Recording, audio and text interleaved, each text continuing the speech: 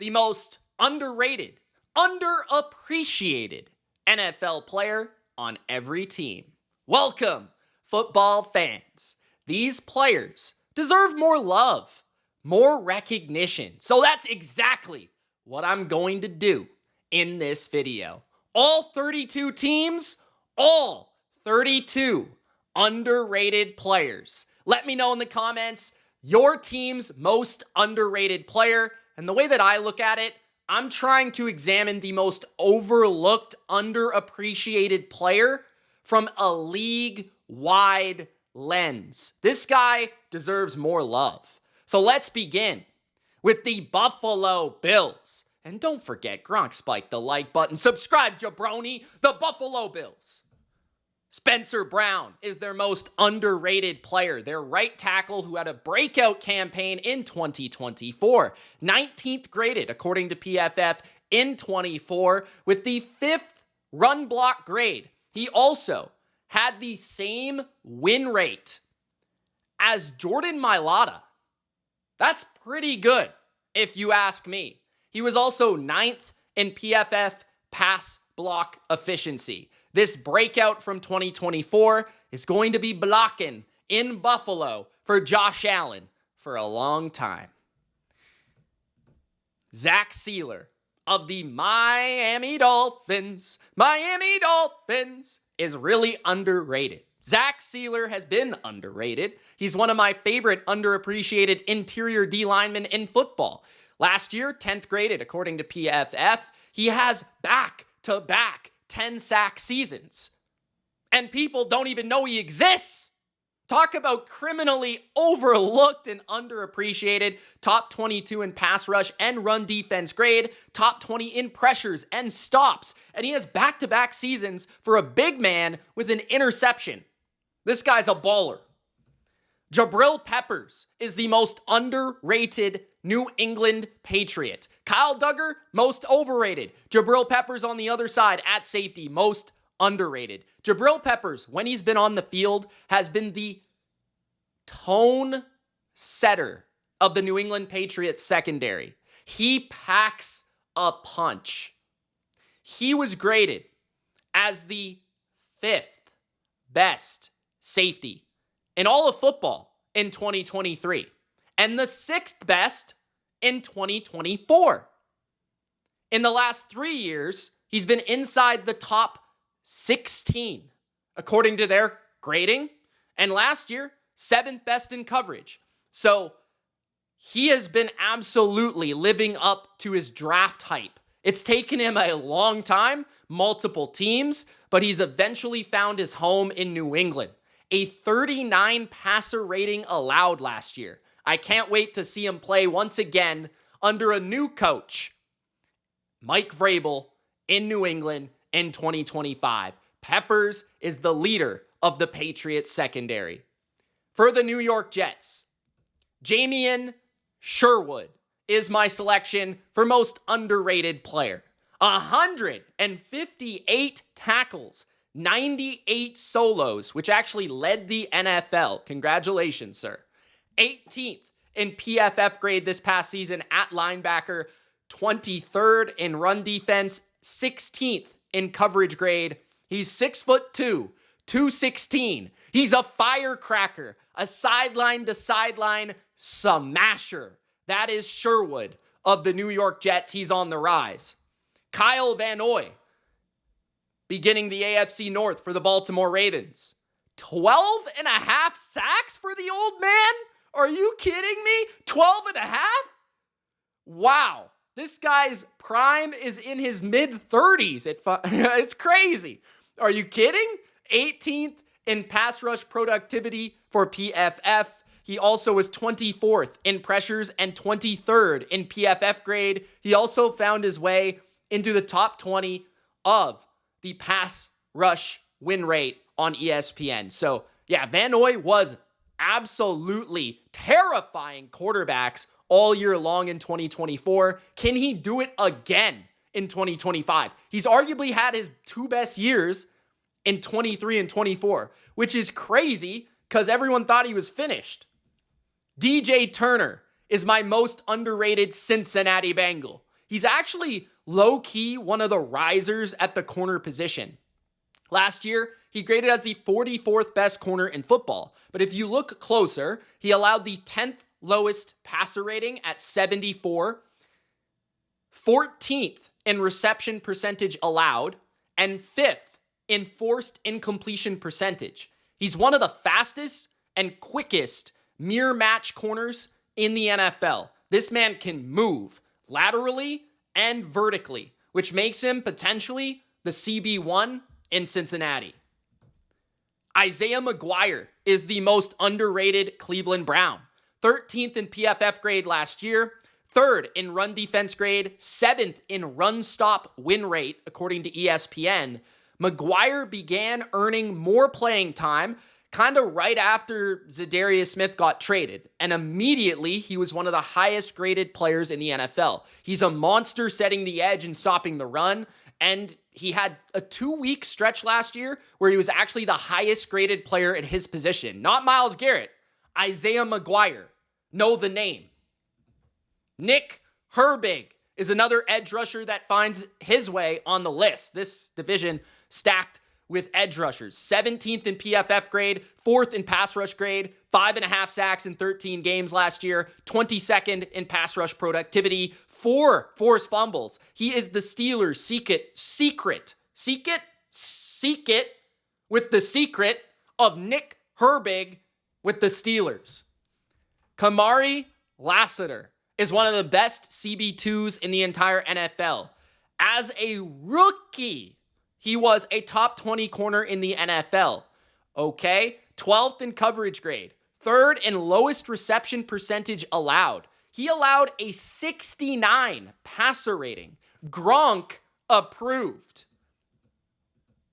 Gronk spiked the like button. Nick Cross of the Indianapolis Colts is their most underrated player. 28th graded safety last year, playing 1,156 snaps, which was top 10 in the NFL. He's an excellent tackler, very instinctive in the run game, and plays in the box very well. He played free safety and in the box pretty equally according to snap percentages, but most of his plays were made in the box, where he was 17th in run defense, he was 5th in pass play tackles, and he was also 14th in stops. So Nick Cross is a dog. Actually, a guy that I just think is going to be completely overlooked. Maybe Lou Anarumo, with a little bit of his sprinkle, gets him noticed. We've known what he's done with some safeties in the past, so we'll watch for that. Ezra Cleveland is my selection for Jacksonville's most underrated player. As the 35th best guard in football last year, he was 27th in pass block grade, but he was also 8th in run block win rate. This man can block a person. This man can run you over, maul you, and pancake you. And he is by far Jacksonville's most consistent offensive lineman, so I think he deserved the recognition of most underrated. T'Vondre Sweat was my selection, another rookie coming off their rookie campaign, entering their sophomore campaign. T'Vondre Sweat didn't really get the recognition that his hype kind of deserved from the draft class. A lot of people were high on him in the draft, but they didn't really talk about him, maybe because he was in Tennessee once he got drafted, but 14th graded interior defensive lineman is extremely impressive for a 6'4", 362-pounder. I didn't think his speed would translate. I didn't think that a guy being that big could potentially be quick, twitchy, and actually be productive and consistent at the NFL level, but I was proven wrong. 8th run defender in the NFL the past year, and he totally changed Tennessee's run defense. He made them one of the best in the NFL. He was also not bad as a pass rusher, 41st in PFF's pass rushing grade. So T'Vondre Sweat looks like a real deal for the Tennessee Titan defensive line. Quinn Miners is my selection for the Broncos' most underrated player. Probably the most underrated offensive lineman in the entire NFL. I'm not going to lie. He's been on this list, I feel like, for 2 or 3 years because people don't even talk about him when it comes to the most elite guards in the NFL. He was second graded, only really behind Chris Lindstrom, and he was the only guard in the entire league, including Chris Lindstrom, to have an 80 run block grade and an 80 pass block grade or better. okay? Last year, he graded as the 3rd best. The year before, he was the 6th best. So the last 2 years, he's been in the elite guard category, okay? He also had the highest pass block efficiency, according to PFF, at the guard position, and he was 3rd in pass block win rate. That shows you how good a player is when you can take multiple metrics, multiple analytics, piece them together on the offensive line, and still have elite results. He is very underrated. Leo Chenal is my pick for the most underrated Kansas City Chief. Leo Chenal was the 6th graded linebacker last year. He was one of my favorites coming out of his draft class. He's always been one of my favorite Swiss Army knife players in the NFL because you'll see him play on the edge. You'll see him play, off the line of scrimmage. You'll see him blitz. You'll see him stop the run. He's an old school backer in the new age. 90.1 run defense grade, which ranked him 4th in the league. He also forced 3 forced fumbles, and he had the 2nd lowest missed tackle percentage at the linebacker position. Leo Chenal can tackle, can hit, can set the edge, can blitz. He is a very underrated defender for the Chiefs. We've got Deion Henley of the Los Angeles Chargers.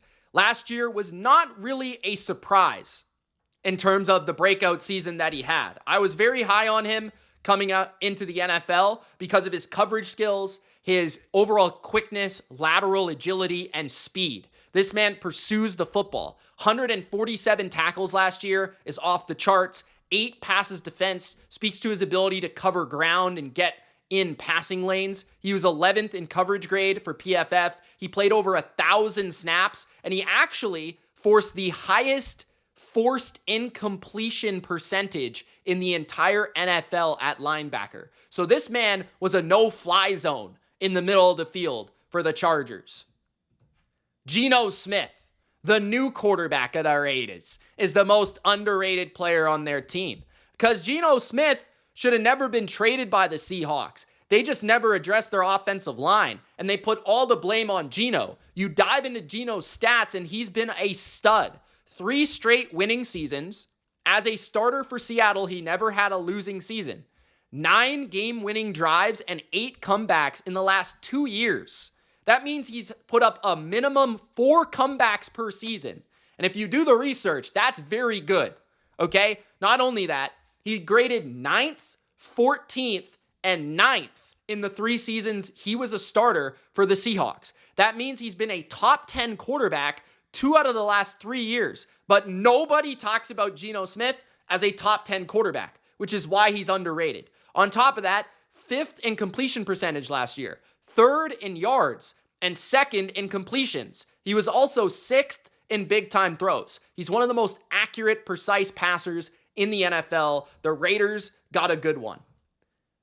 We've got next, DeMarvion Overshown of the Dallas Cowboys. Overshown from Texas, from the Longhorns. He had a huge breakout season for Dallas, but he is recovering from an injury right now. It's uncertain when he'll return for the Cowboys at linebacker, but he is becoming one of the best young linebackers in football. 13 games last year. He had an incredible pick 6 on Thanksgiving against the Giants, a forced fumble throughout the season as well.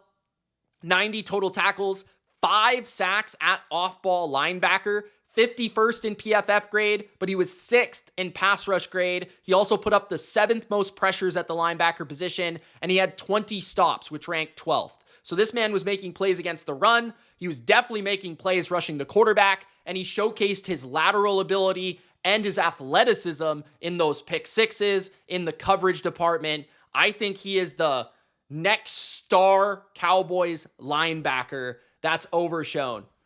Andrew Phillips is one of the feistiest young nickel corners in football. 9th in PFF grade last year, 18th in run defense grade, 15th in coverage.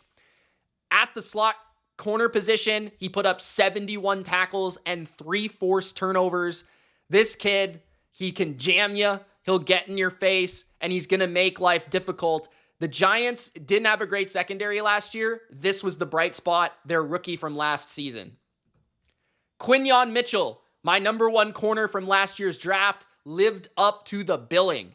absolutely shutting down opponents and really uplifting and honestly transforming the Philadelphia defense. He was 8th in PFF grade, 8th in coverage grade, 1,158 snaps, which was the 4th most in football. People talk about Cooper DeJean, but Quinyon was more valuable to the team. He was taking on number 1 receivers on a weekly basis, right? Shutting them down and playing more snaps in a majority of games. He was 21st in completion percentage allowed with a 56%.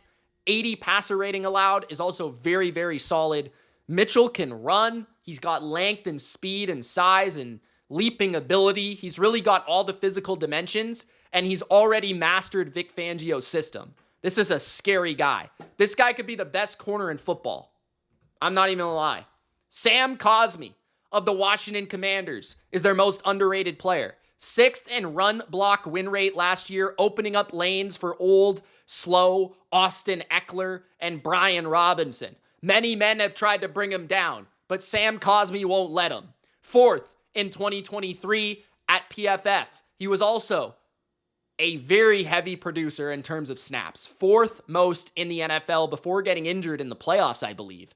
So Cosmi, very steady force for the interior of Jaden Daniels' line in Washington. Darnell Wright deserves more love for the Chicago Bears. 16th in PFF grade last year. He is a first-round pick, right? But I feel like the offensive line in Chicago only gets laughed at, only gets disgraced, only gets disrespected. Darnell Wright was really good last year, right? Like, he took that next step. 9th run block grade, 29th in pass block grade. He's a big mauler. He's going to beat you down. And I can't wait to see him in Ben Johnson's offense. Alex Anzalone, Thor himself, 35th in PFF grade last year, 10th in coverage grade. He is an unsung hero, a spirit animal of Dan Campbell. He is the engine, the life force of the Detroit defense. And it looks different. It feels different. The energy is less vibrant when he's on the field. 18 stops, which was 20th in the NFL last year. He's one of the best cover linebackers in football, and he was 11th in forced incompletion percentage. He only played 10 games, so his impact wasn't as gaudy in terms of the volume statistics, but I like his range, I like his energy, and I love how he fits the Lions right now. Next up, we've got Zach Tom of the Green Bay Packers. Zach Tom has been one of the best tackles in the NFL since he's entered the league, but nobody really knows who he is. 6th in PFF grade, 3rd in run block grade, 15th in pass block grade, 1st in the whitest name to be a black man I've ever seen. Zach Tom was 18th in pass block win rate last year, and he is the best offensive lineman on the Green Bay Packers. And he doesn't, even really get any love. Like, nobody knows who he is. Blake Cashman has been an absolute Madden beast for years. But finally, Brian Flores was the one to figure him out. He is fast, twitchy, and rangy. And he was very good as a pass rusher in Brian Flores' scheme. 4.5 sacks, which was a career high. 112 tackles, which was a career high. 8 passes defense, which was, you guessed it, a career high. 22nd in PFF grade. And he was actually 8th the year previous. So 2 straight good seasons in grading. 10th in pass rush grade, 25th in run defense grade, and 3rd in pressures. This guy's got the speed to cover, he's got the speed to pursue, and he's got the fearlessness to just be reckless and make plays, which is what Brian Flores is searching for. Caden Ellis. Now, if we're talking about pass rushing linebackers, it doesn't get any better than Caden Ellis of the Atlanta Falcons, 25th in PFF grade last year. But 4th in pass rush grade, and 1st, led the NFL in pressures and quarterback hits at the off-ball linebacker position. He has been graded in the top 25 in the last 3 seasons, all 3 seasons. This guy was with the Saints, went to the Falcons, and has been similarly awesome, but even grown and developed in terms of his disruption at the line of scrimmage or pursuing the quarterback. So Caden Ellis, one of my favorite guys to watch on the Falcons. Damian Lewis, the underrated offensive line pickup of the Panthers last offseason, 12th in PFF grade, one of only 10 guards to have a 70-plus pass and run block grade, very balanced player. 3 times in the top 13 for PFF's guard grades, and he was 11th in run block last year. This is the man they run behind to get some big yards and big chunks for Chuba Hubbard. Damian Lewis doesn't get the love that Robert Hunt gets, but this is one of the best guard combos in football. Carl Granderson remains underrated for the New Orleans Saints. He's probably the best defender on their entire team, and nobody really knows who he is. 5.5 sacks, 61 tackles, 5th in run stop win rate, and 13th in pressures with 61, which provides his balance and the understanding that he can do it all. Set the edge, get to the quarterback. He needs a little bit more help out there, but he's a very well-rounded player for the Saints. Baker Mayfield is one of, if not the most underrated quarterback in all of the NFL. 4,500 yards, which was 3rd. He was 2nd in passing touchdowns, 3rd in completions, 3rd in completion percentage, 3rd in first downs, 4th in passer rating, and yet nobody ranks him above the 9th best quarterback in football, which is ludicrous. He was top 4 in every stat. He was 2nd best in touchdown percentage, 7th in yards per attempt, 8th in scrambles, 6th in PFF grade, 5th in EPA, 4th in success rate. What does this man have to do? Baker Mayfield's a baller, and he's even very good in the playoffs. Look it up. Garrett Williams of the Arizona Cardinals is my choice. Garrett Williams may not be underrated for Cardinals fans, but he's extremely underrated for the NFL. Okay, 3rd in PFF grade, 4th in coverage grade, 2 picks last year. He had a breakout year 2 where he was 11th in passer rating allowed and 4th in yards per snap from the slot. He's becoming one of the best slot defenders in all of football. He can play outside, but he's very good in the slot. So look out for him, for Arizona's defense to really surge this year, and he'll be at the forefront of their secondary success. Byron Young is my choice for the Rams. 3rd round pick last year. He already has 15.5 sacks in 2 seasons in the NFL. He collected 7.5 last year, 44 pressures, which ranked 38th in the NFL. He's simply the forgotten man for one of the best young pass rushes in football. Then you have Jawan Jennings, 3rd and Jawan. He's been underrated for the Niners forever. And yes, the Niners fans love him and adore him, but the NFL still doesn't recognize the talent that he is. 77 catches, 975 yards, and 6 touchdowns in 15 games. 6 games of 7+ catches in his breakout season of 2024 because of Ayuk's injury, because Debo being a bum. 4 90+ yard games, 14th in PFF grade, 14th in yards per route run. Everybody looked at him from an analytical perspective, from a production standpoint, as a top 15 receiver, but nobody in their right mind actually views him or ranks him there, even though he's kind of producing at that level. So Jawan Jennings, he actually might be the best receiver on the Niners, and nobody really talks about it. And the last player is Julian Love of the Seattle Seahawks. 7th in PFF grade, 2nd in run defense grade, 10th in coverage grade. One of the best free safeties in football, playing 699 free safety snaps, 3 interceptions, 12 passes defense, which was a career high, and over 100 tackles in 2024. Very smart, very intelligent, holds down the back end of Mike McDonald's defense. Those are the most underrated players in the NFL. The most underappreciated, underloved, under-recognized players for every team. Thanks for watching. It's Mitch. Spike the like button. Don't be a jabroni. And also, guys, check out my new channel, my 2nd channel, video essays from me, Mitch, talking NFL. We're coming out hot. Make sure you subscribe to BLV Beyond. We'll see you there. It's Mitch. Peace.